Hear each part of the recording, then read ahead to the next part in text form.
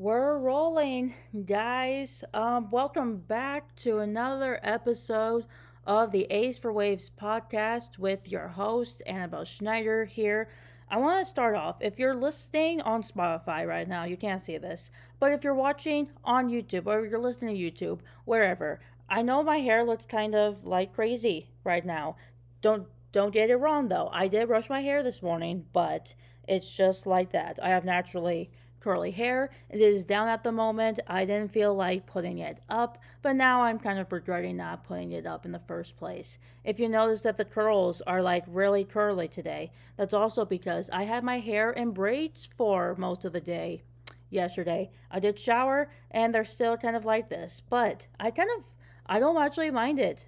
They're still like the sides of the braid effects, but they just make my hair look a little bit wavy too. So that's what we're going on right now. I absolutely am pulling off a Medusa look. We're gonna put a side by side, I think, here if we can get it in like that. But you know, there, waiting for it. So we're gonna see how accurate I look like Medusa right now. So that's the hair situation at the moment. Just wanted to get that out of the way first. Not that anyone really cares about how the hair looks, but if you wondered why does Annabelle have crazy hair this morning, that is why. It is morning as of recording this and probably uploading it too. So, good morning if you're listening to this in the morning, good afternoon, good evening, whatever time of day you're listening to. I'm glad you're here with me. Today is a main episode day. It is a Monday. We're doing this a little bit out of order, but I feel like I owe you some episode after being a month away from this whole thing. I know life is busy. I know we all get busy, but this is kind of my side gig here. I have better priorities, so to speak. Stuff that I actually have to prioritize over this stuff. But we're back here. I'm so glad you're with me. We're kind of doing a different episode of sorts. It's still going to be about sports. That's what my main episodes are all about, talking sports. Now, I do have different segments I also like to do on the channel. I like to do some coffee talks where we just kind of talk personal stuff. I like to do Saturday specials, which we haven't done one in a minute here. I'm hoping to get back on track with that and finding some special Saturday special thing to do. We do A plus life advice. I again haven't done that in a hot minute, but there's different segments that I like to do here. I don't like to make it all about sports, but sports is the main reason why I am doing this. And today, we're talking all sports. That's right. We're going to be talking a little bit about golf, about the Open that just happened yesterday in the final round. We're going to look a little bit at the MLB. We're going to talk some NFL talk, maybe a little bit of the NBA, the World Cup that has just wrapped up too. So we're doing talking a whole bunch of different sports, and I haven't done something like this. I don't think ever on a main episode. So we're going to try it out here today. I know some of you may be fans of just one particular sport in general. Some of you might be fans of multiple different sports. So I want to kind of combine all of that and make it into one big episode where we just talk sports in general and sports as a whole. I think it's important that we have these talks here. And it's important that we give recognition and highlight all the sports around the world, not just in the United States, but globally as well.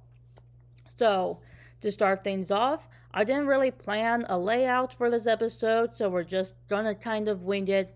We do have some resources if we need it, and my resources, I literally just mean ESPN. But let's start with the golf first here, and the Open that just took place. The final round was yesterday. Self-admittedly, I didn't get to watch a lot of the final round. I was at work all day, but I did look at the leaderboard here and there.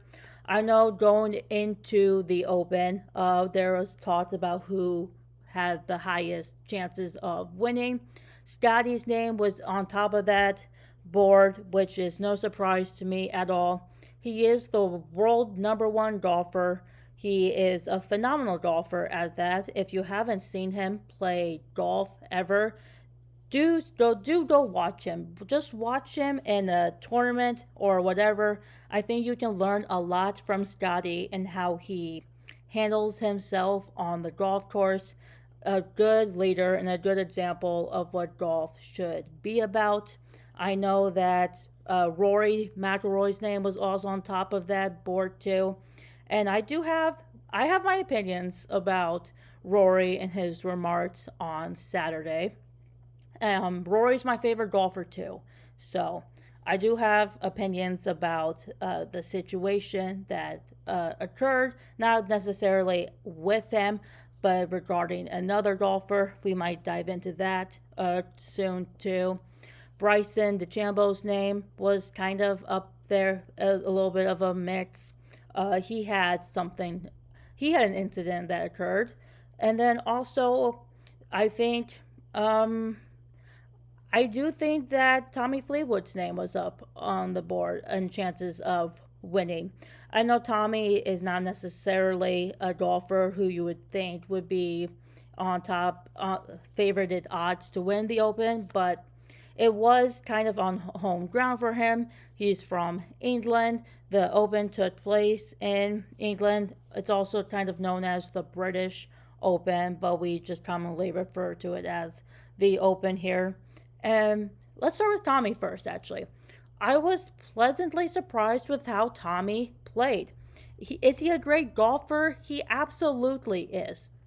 He has made cuts at major championships before. He made the cut at the Masters. I believe he also made the cut at the PGA Championship too, if I'm not mistaken. But he is a great golfer. He's been around the league or the tour for a while now. He hasn't necessarily won a lot of monumental PGA tour events. I believe he won his first one just last year, winning for the first time, but he's won on the DP World Tour, which is the tour for European golfers there. I believe he's also won maybe on the Corn Ferry Tour as well, and he's played on multiple winning Europe Ryder Cups. So he's a great golfer. I just don't think that he's necessarily found himself in a position or in contention at these major tournaments here. And Sunday, from the first round on Thursday through the final round on Sunday, he played consistent golf. I think having the cheers from his home crowd kind of helped fueled that momentum. They were absolutely cheering Tommy on, applauding him. He made 3 consecutive birdies, I believe. So he got momentum going. When he gets going, he can find himself in major contention. I believe he finished tied for ninth overall at the end of the day, so he didn't win, but he was still in the top 10, which is an incredible feat at not just in tour events, but at major championships too. So Tommy was a golfer who surprised me a lot with how consistent golf he played, but it also surprised me, and it was kind of warming to see him do so well, especially on home soil, where the crowd was absolutely rooting for him and was by his side through the 4 rounds of golf that he played. So that was kind of really special to see. Scotty Scheffler also in contention. The first round, I believe he was 2 under par, so right away he got off to a good start. Friday, Saturday, still found himself in contention there, still in the top 10. And then on Sunday, he played really great golf, finished tied for 4th, I believe. So it wasn't really enough to win, but he was still consistent. And this is coming after he missed the cut last week at the Genesis Scottish Open, the first cut that he has missed in 178 starts. So let's think about that for a minute. In 177 actually consecutive starts, he has made the cut in 177 events that he has played.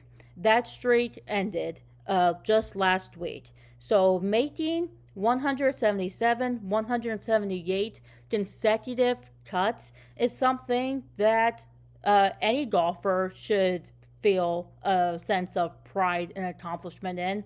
But it happened to Scotty. He's world number one for a reason. He has been world number one for a hot minute now.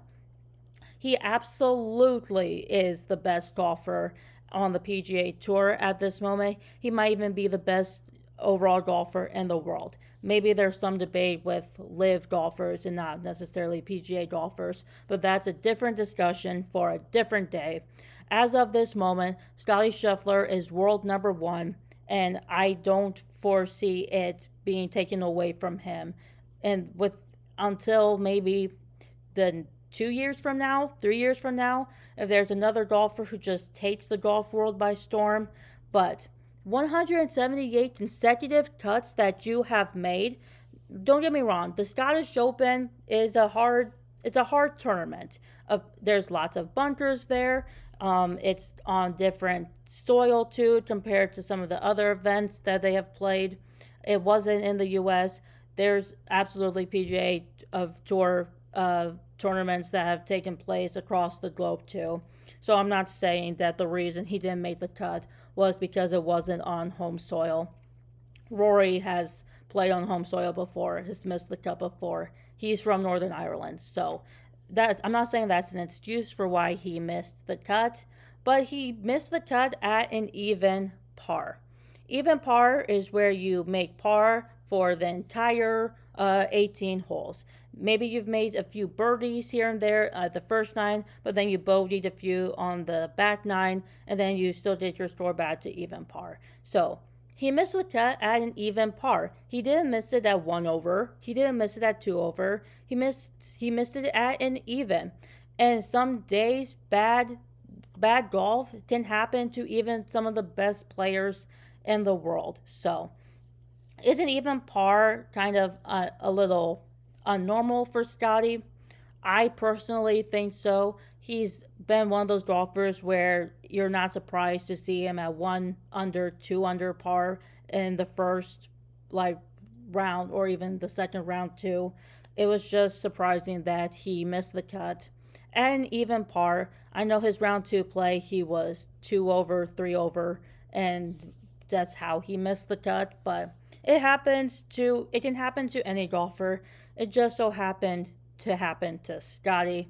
That was a little bit of a tongue twister there, but I can't say enough good things about him. He's a great golfer, he's a great family man, and he's a great example of what players should strive for and look up to in terms of leadership and how he handles himself both on and off the golf course. So, wasn't surprised to see Scotty's name in the top 5, top 10 of the leaderboard at the end of Sunday also. And this brings me to kind of the next point I want to talk about, which is the Bryson DeChambeau and Rory McIlroy and how they both played. There's been mixed feelings about Bryson for a minute. Obviously, he's still with LIV, left the PGA Tour back in 2022, 2023, joined LIV, and leading up to the Open, he had missed 3 consecutive cuts in major tournaments. He missed the cut at the Masters, he missed the cut at the PGA Championship, and he missed the cut at the US Open. So I think there was some hesitancy and some higher expectations of how he was going to play at this 4th and final major tournament of the 2026 season here. He did make the cut. He did find himself in contention too, obviously in the top 10 at the end of round 2. Almost got put into that final pairing during round 3. And if you watched the tournament during round 3, you will remember that there was an incident in which the R&A got involved. to determine if he indefinitely improved his line when his ball went into high grass. I saw clips of it on social media. There was mixed feelings about it. I still have mixed feelings about it even now. And I think it boils down to an understanding of what you can do and what you accidentally do. Do I think he purposely lined up his ball and improved his line to get a good shot in high grass? I don't think he intended to do it on purpose and improve his line purposely. I really don't. But did he end up doing it in the RNA's eyes and the officials' eyes? Yes, he did. And look, that's not me saying that he deserved to be penalized for it, but rules are rules. And if you just happen to do it like inconcisely and even it being an honest mistake, you still have to abide by the rules. I know he was frustrated with the ruling. I know that he pleaded his case for like a solid 15, 20 minutes on a live broadcast too, of all things. But there are rules are in place for a reason. And even if you accidentally break one of those rules, you still have to get reprimanded for it. Did it deserve a two-shot penalty and take him out of that final pairing discussion? I don't think it should have warranted a two-shot penalty. Maybe a one-shot penalty or even just a warning would have been better for it. But at the end of the day, the rules officials are there to enforce the rules. They are there to ensure that the players are following these rules too. And their official ruling, you can't really argue about that, and you can't really make a big show and a big deal about it either. Own up to the mistake, apologize for it, even if it was done with malicious intent, which in this case, I don't think it was done with malicious intent. Just own up to it and then be ready to move on for the next day and have a bigger sense of, urge and determination and grit with that. I know John Rahm got issued a warning for throwing like one of his golf clubs there in frustration.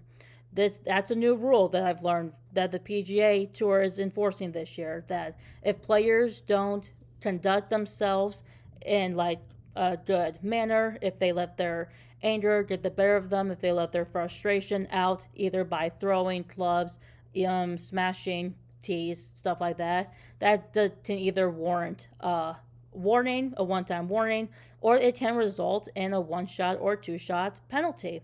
I think that's great. I think we should have had these rules like back in 5 years ago, where players could kind of get away with certain things and other players wouldn't. So having that rule now in play here, I think it forces golfers to be a little bit more conscious of their actions and just showing more appreciation for the game as a whole, regardless if you have a bad hole or two. You can easily make that up in the next 3 or 4 holes if you play well and you just kind of take a deep breath and remember that at the end of the day, everyone's here to play the best golf as they possibly can, and 1 or 2 bad holes doesn't define your overall golf skills. It doesn't define your overall golf score.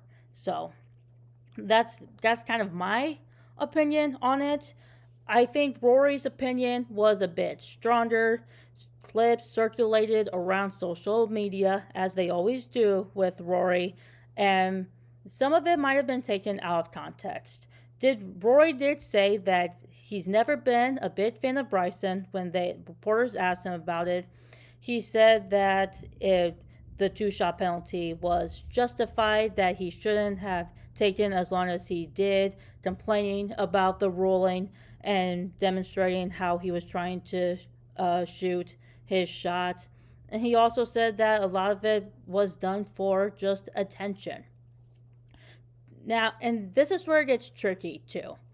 because I saw people bring up this on social media as well regarding Rory's comments. Apparently, there is a rule that the RNA can and should enforce, and is that a player should conduct themselves with respect, and they should be respectful of other players' games there.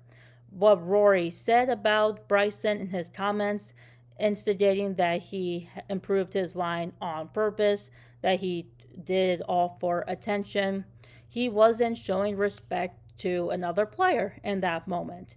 And fans took that, ran with it, and said that Rory should have been assessed a penalty for the comments that he spoke about Bryson.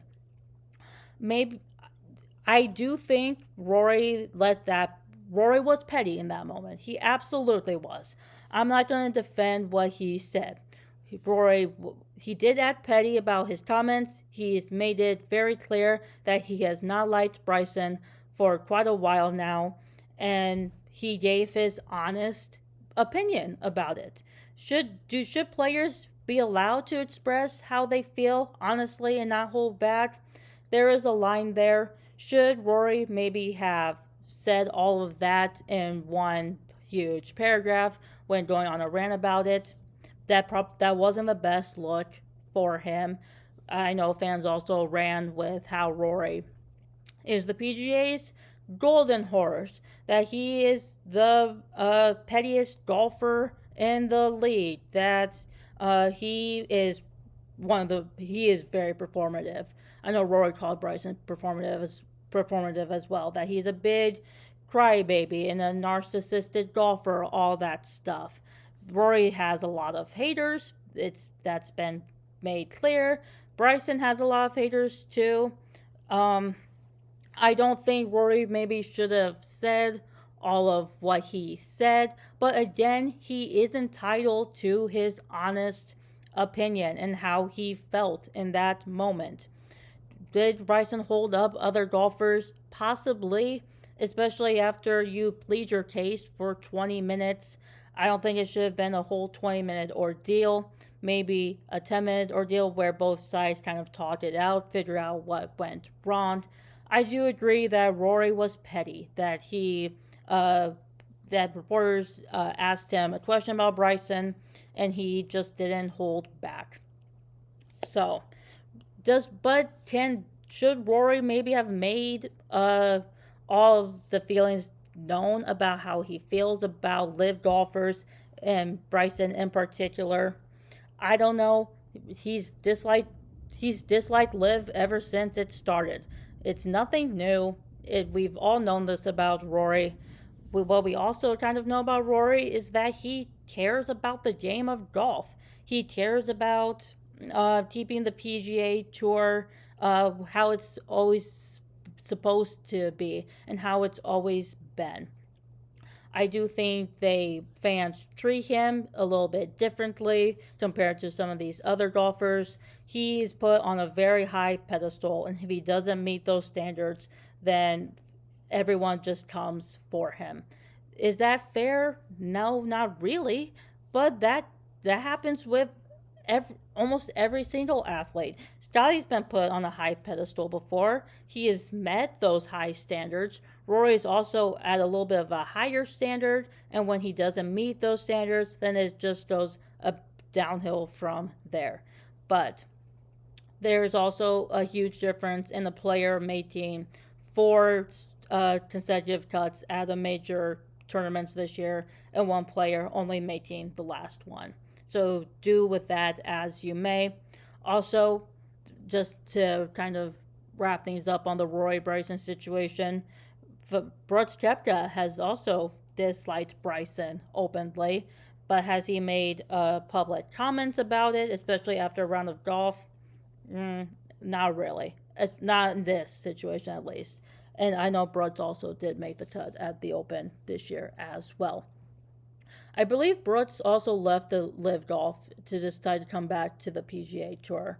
So I don't know how many events he has played in on the PGA this season at least, but I do know it was a big headline that Brooks left Live due to family reasons and other private reasons as well. So that kind of wraps up the golf talk here. We went on for golf for a lot longer than I intended to. 20, I believe it's probably been 20 minutes at this rate since we first started the golf talk. But oh, one more quick thing. The the Open winner this year was Ryan Fox of New Zealand. First time winning a major championship. So congratulations to Ryan Fox there. A little bit of a round of applause in the moment. And that has officially concluded the 2026 major golf tournaments here. Starting back with the Masters in April, Rory did a repeat. He was our Masters champion at the PGA Championship, and Rye won. I believe that's also his first major championship win. The U.S. Open, Wyndham Clark, he won back in 2024, if I'm not mistaken, or it might have been 2023. Bryson might have won 2024. But Wyndham Clark, a two-time U.S. Open champion, and now Ryan Fox, our 2026, the Open winner here. So we'll have to see what the majors look like for 2027. Can Rory three-peat at the Masters? It's never been done before. I know I'm a little bit biased for Rory, but even I don't think he's going to repeat back to back to back. And that's just me being honest about it and me acknowledging that his golf game and how he played at the Open for 4 rounds wasn't his best either. So I think Scotty can be back in major contention though next year. It wouldn't surprise me if he won 2 out of the 4 majors after he played at the U.S. Open, the Open, the Masters as well. There's a high chance that we will see a multi-major winner with Scotty Scheffler next year. Mark my words about that. And we can reference July 20th, 2026 as reference if we need to, if Scotty wins multiple majors next season. So, moving away from golf for a little bit. Now here, let's talk about the MLB and baseball. What's been happening in the baseball world as I fix my bangs here. Baseball has been going on since March. I haven't talked about it much because there hasn't been really much for me to talk about with scores. The All-Star game happened last Tuesday. It went about as well as I expected it to. The AL absolutely dominated the NL. And I think the AL has won now for like 4 consecutive years. If we need to do a fact check, we will. And that's exactly what I'm going to do right now. We're going to reference the All-Star Game 2026 MLB here.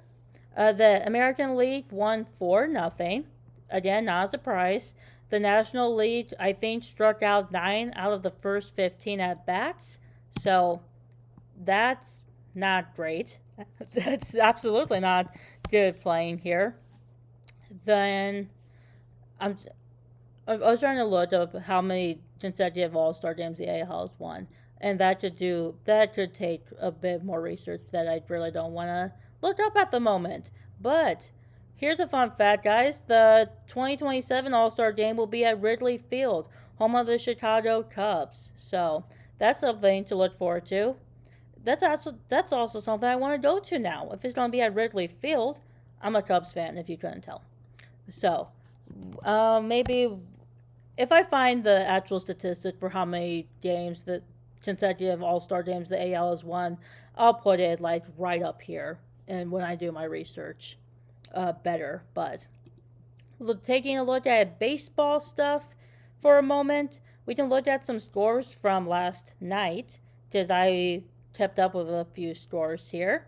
The White Sox over the Blue Jays 3-0. The White Sox are 52-46 this season. I feel like they haven't been that good the last couple of years, but now they're back on track. Blue Jays 46-53, not bad. Below 500. I said not bad, but they're close to 500, which we will take as a win. The Dodgers won over the Yankees 8-2. Dodgers are 63-36 this year. Again, not a surprise. They won the World Series last year. They are back on track for possibly winning another World Series this year as well. Do I want it to happen again? Not really. I know it's the Dodgers. I know they have a huge fan base. I know there's some history with that team as well. But I want to see a new team win the World Series this year. I want to see new teams in the postseason. Because that's what really excites me. When we get new teams in the postseason every year, and we see a new team just win a championship for the first time ever, or for the first time in a while. That's what excites me, and that's what gets me excited to watch sports. I just want to see some new faces. I want to see some new teams, but most importantly, I just want to see the best baseball played, the best basketball played, the best soccer played, best golf played. The list goes on. I just like to see that, not only as a sports fan, but just as an individual. I want to get excited to watch sports. And when teams win 15-0, if they win by like 7 shots in golf, if they win by 30 points, that's not exciting. That's not exciting enough for me. I don't think that's exciting enough for the fan bases and the sports fans. We want to see close games. We want to see games either come down to the final minute or extra innings if we're talking baseball in this case. That's what I want to see. That's what excites me, and that's why I think the sports fan base as a whole has kind of gone a bit downhill from there. I think we, either as fans, as spectators, want to see just blowout wins because we don't have the attention span for it. We don't have the mental capability to sit through for 4 quarters in basketball, 9 innings in baseball, however long the World Cup goes on for. It goes on for a minute here. I think we are just ants. We're like antsy individuals who don't really know how to keep our attention in one big deadlock. That's not our fault necessarily. That's not the players' fault. That's not the sports' fault at all. I think it's just how we operate nowadays, which is sad, but the hard truth. But going back here, Yankees are now 54-44 on the season, still above 500. So good for them. The Mets beat the Phillies. Mets are 42-58 this season. Not great. Phillies 55-45, 10 games above 500, even though they lost. The Red Sox beat the Rays 6-1. Red Sox are 50-48. They are on a hot streak right now. They are absolutely on a hot streak. I know someone who is a Red Sox fan. They are still in postseason contention.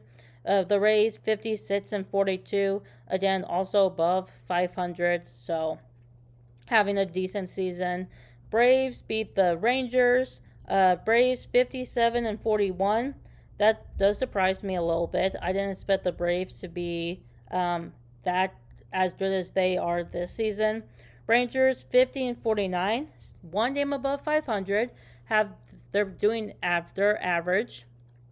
Pirates 52-48 on the season. They beat the Guardians 52-48. So still right above the 500 range. Are they having great seasons? Not really. Are they having bad seasons? Nope. They are just perfectly right in the middle.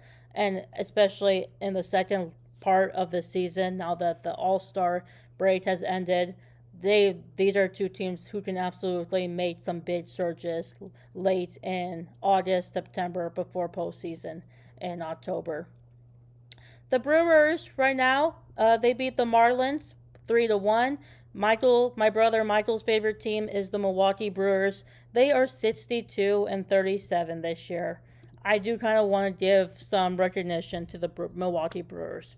They have been dominant in the NL overall. They've also been dominant in the NL Central, which is their division. They are in there with the Cubs. They're in there with the Reds, the Pirates, and the St. Louis Cardinals.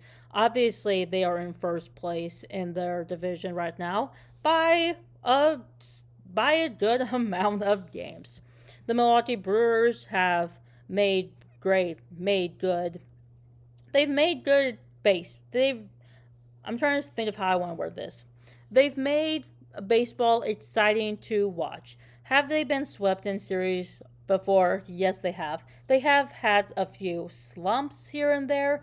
I know last week against the Pirates in a doubleheader game, they lost both of their games, but for the most part, they've been pretty consistent.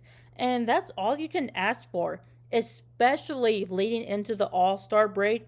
If your team has consistency and they are finding their groove, they are finding what's working, what's not working, making adjustments to fit that is really important.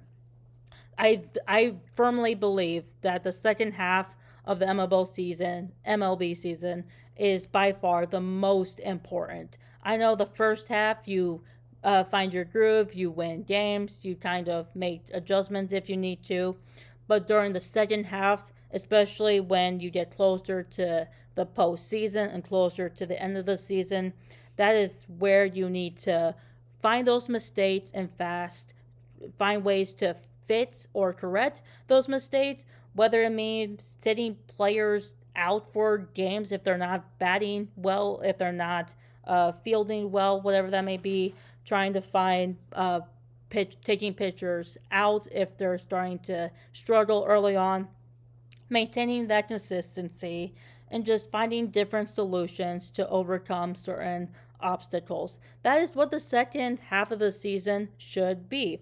You should be on the lookout for some signs that players, that your that individual players or certain players as a whole are not really vibing well, clicking well, however, and doing your job as the general manager, as the owner, whatever it is, to reinforce the mistakes, reinforce overcoming said obstacles, and bringing your team together again so that you can have a great later second half push. I don't know if I worded that exactly how I wanted to word it, but it was worth saying. The Milwaukee Brewers been very consistent this season. Obviously, unless their NL Central counterparts can make a big surge in the second half and reclaim first place in the division, the Milwaukee Brewers will be in the postseason. No doubt about that. I think it's just a matter of how far they are going to go in the postseason this year.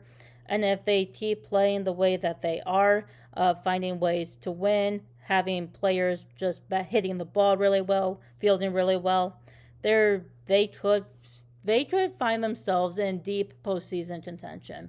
And I am not going to say that I wouldn't be too shocked if that doesn't happen. Going off here now too, the Padres beat the Royals 19-2. This absolutely goes back to what I said about wanting to see good sports. 19-2 is not. Is it fun to watch as a Padres fan when your team wins by 17? Yes. Is it crushing as a Royals fan to see your team lose by 17? Yes.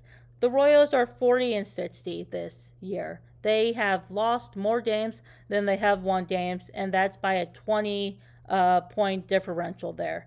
The Royals are not good. That's been made clear by now. Padres 49-50, so they are still under the 500 mark, but that's not good baseball to me when you win by 17. Sure, your team might be good. Your team might be elite even. But it's not impressive when you beat a team by 17 points, especially when they've lost 20 more games more than they have won games. So, I can't say I'm surprised, though. The Cubs, there's my team there. Go Chicago. Cubs beat the Twins 10-1. The Cubs are 56-43 this year. I can say, as a Cubs fan, they are not playing their best baseball right now. Some certain players are not playing their best baseball right now. I don't want to single out certain players because I don't want the Cubs fan base to come for me. But also, I'll say this about the player that I'm thinking of, though.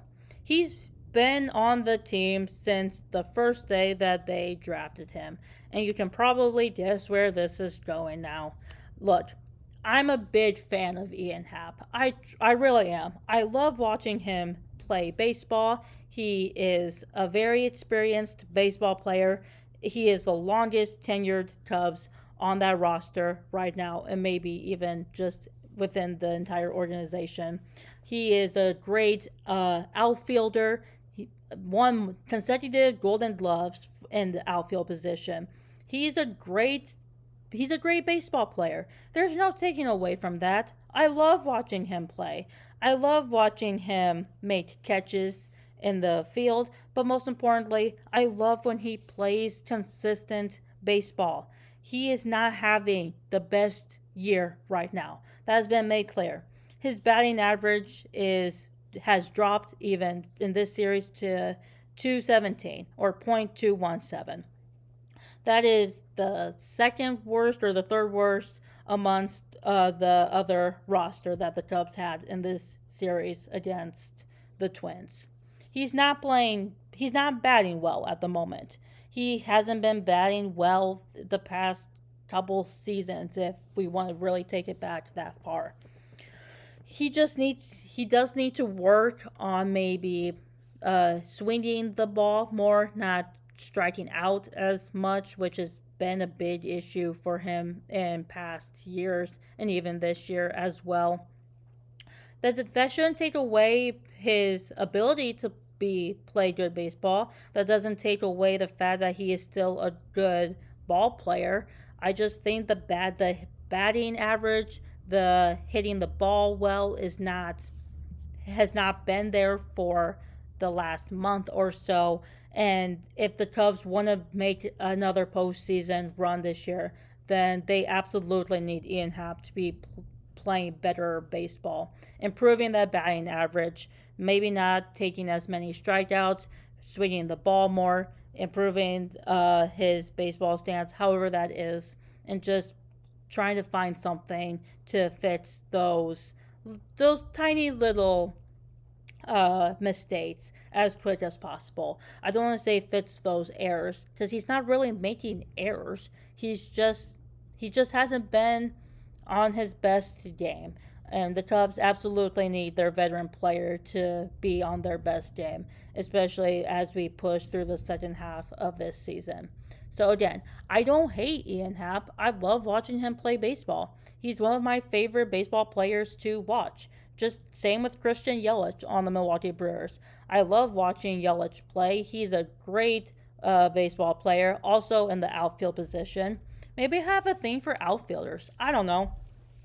I love watching Yelich bat too, but even his hitting hasn't been the best this season either. We can throw it back to the series against the Brewers, where in his first two at bats he struck out swinging and struck out swinging. I don't know if the third at bat he struck out swinging or struck out looking, whatever. But again, strikeouts not something that looks good on your resume, even especially if you strike out looking. This is my hot take. I would much rather strike out swinging and actually taking a chance at the ball if it's close to you rather than striking out looking.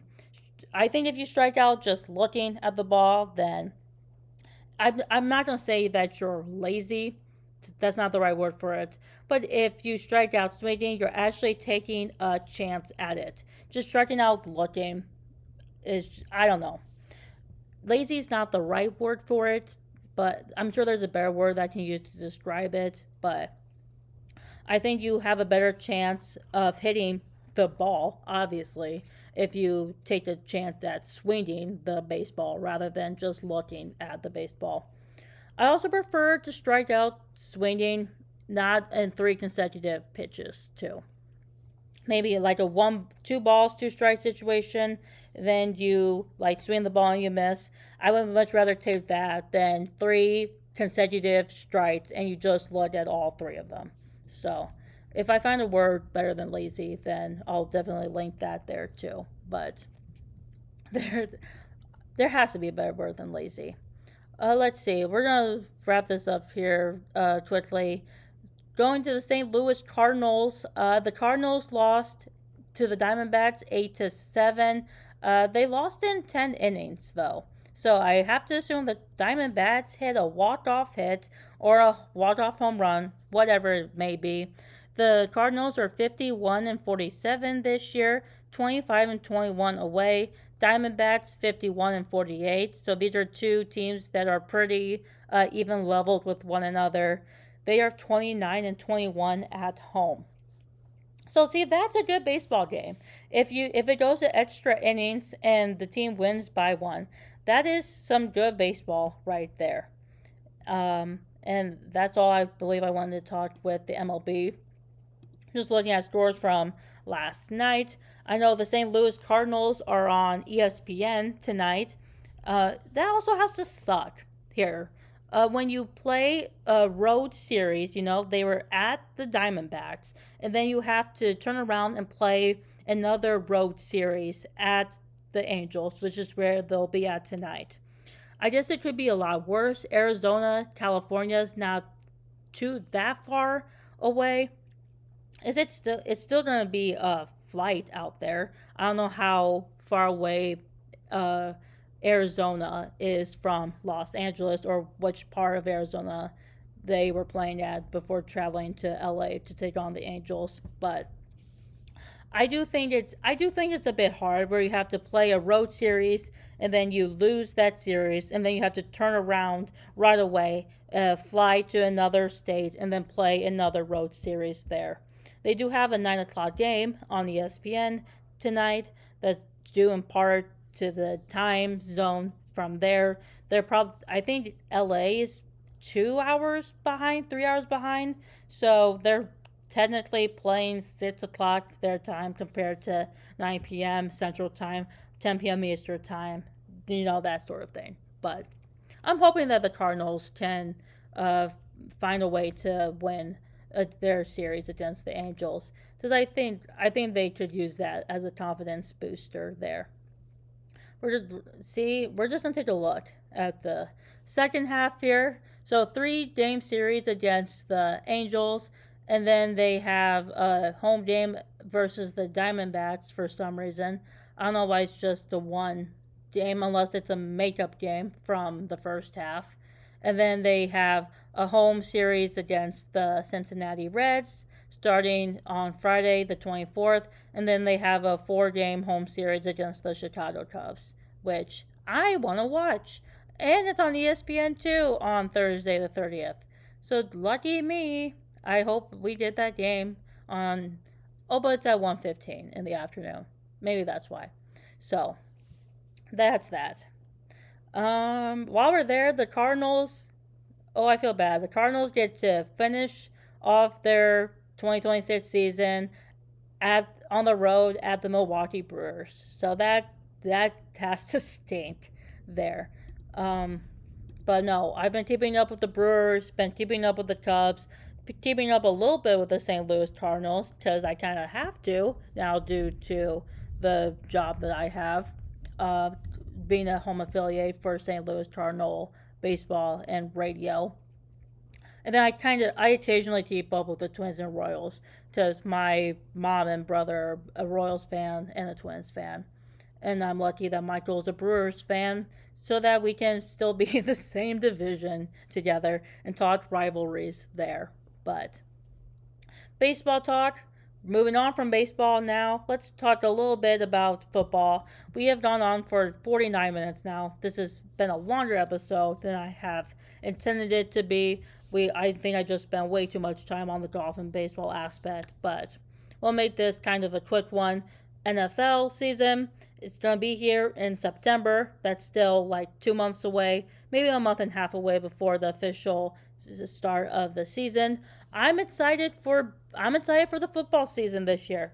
I know some other people not necessarily, but I'm excited to see this. I'm excited to see how teams are going to play. I'm excited to see some improvements, some developments of certain players and certain teams here. Am I excited to watch the Carolina Panthers again this season? Not really. I know that's bad. That's bad coming from me as a Panthers fan, but it's true. I'm not excited to see them this season. Did they have a mediocre season last year? Sure. Was I excited about it? Well, they were better last season than they were the previous season. So a win is a win. I'm just not excited to watch them play, which sucks as a fan. So I want to be excited. I want to be just like joyful of watching my team play good football. But the Panthers have not been good for a while. And eventually that takes its toll on you.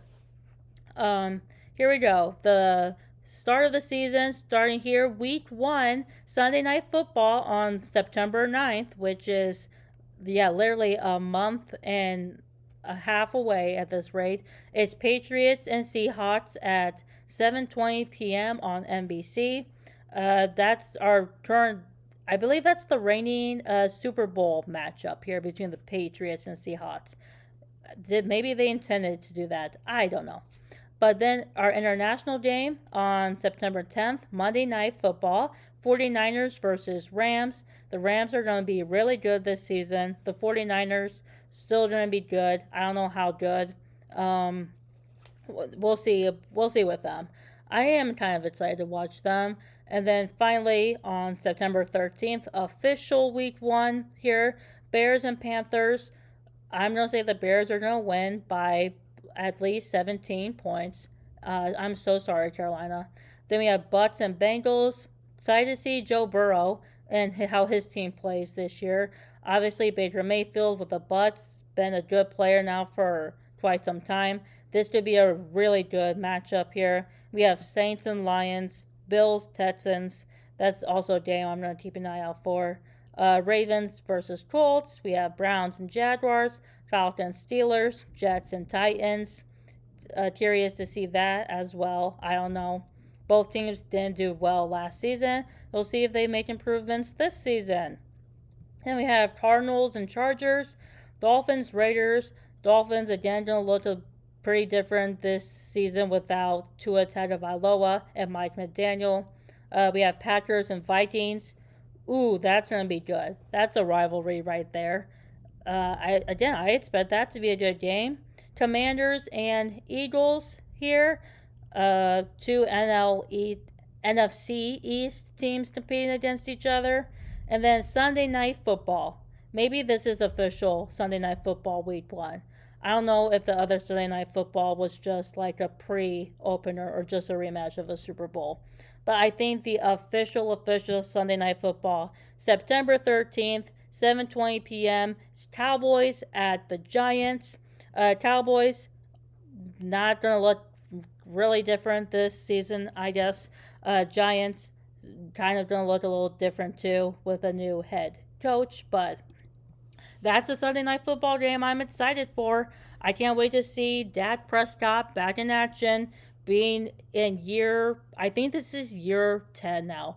Year 10, 11th season with the Cowboys here. Obviously, he's a veteran.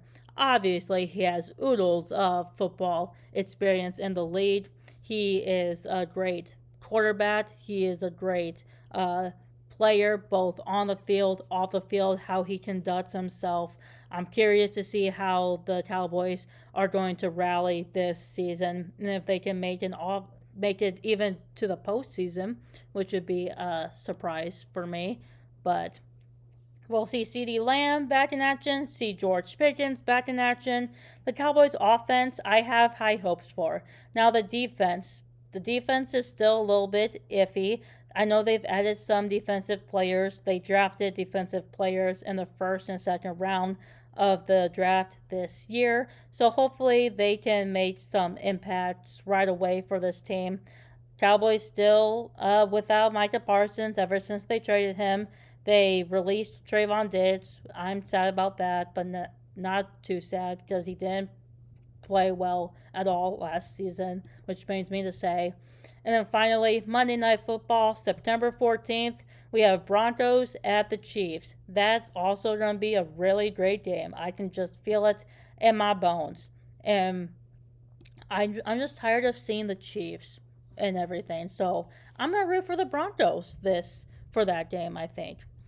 And I totally forgot about this. Speaking of NFL and predictions here, bold predictions. It's a segment that I do on my YouTube channel. It's just YouTube only exclusively because I like to show you the teams that I have picked and chosen and my reasonings behind it. So if you are an avid Spotify listener, I'm sorry. But this is a perfect chance to go over to the YouTube channel and see.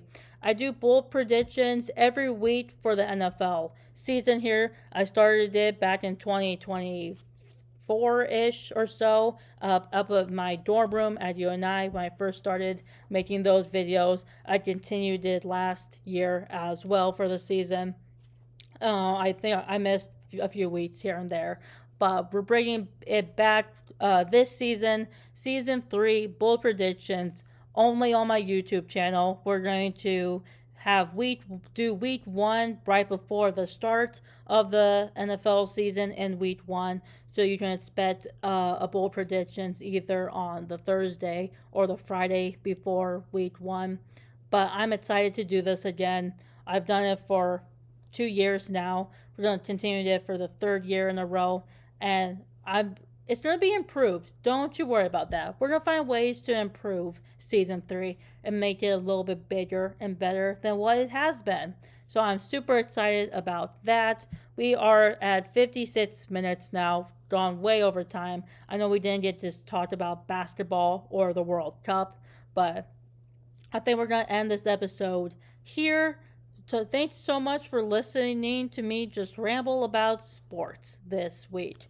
Maybe next week we'll just make a dedicated episode talking about basketball and the World Cup and maybe some other sports that I might have missed. So, again, if you are listening on the YouTube, thanks so much. Either just like the video, let me know in the comments below what stuff you want me to talk about.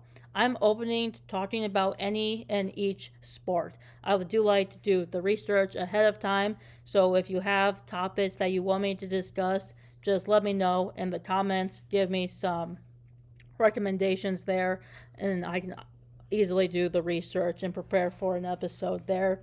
If you're listening on Spotify, I believe you can also comment down below on Spotify episodes. So if there's topics you want me to discuss as well, let me know there. But you can find the podcast Ace for Waves on YouTube under Annabelle Schneider or AS Podcasting. That's my YouTube handle. And then on Spotify, it's under Annabelle Schneider 21 because I haven't really been. I've been lazy not to just rename it to the Ace for Waves pod. But that's it. Thanks so much for tuning in. I hope to see you back next week for another episode, and hopefully I'll have some different segments coming your way as well. Have a great day, and talk to you again next week.